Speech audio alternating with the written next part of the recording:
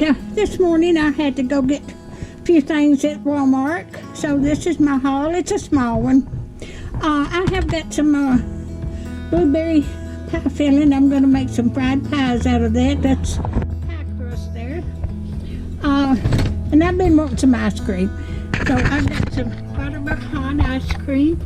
I got some hot dogs. And I got some hot dog buns.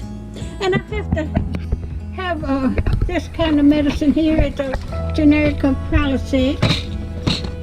It keeps me from having an ulcer because I take arthritis medicine.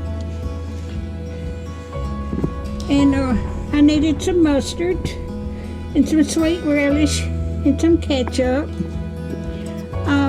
And I went ahead and got me some regular milk since I ordered powdered milk for emergencies. And then I needed some buttermilk. I've got a recipe that calls for buttermilk.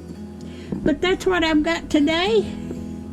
So if y'all like my videos, just like, share, and subscribe.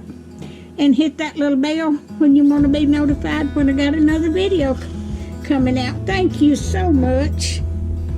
Thank y'all for watching, and happy, was it Labor Day?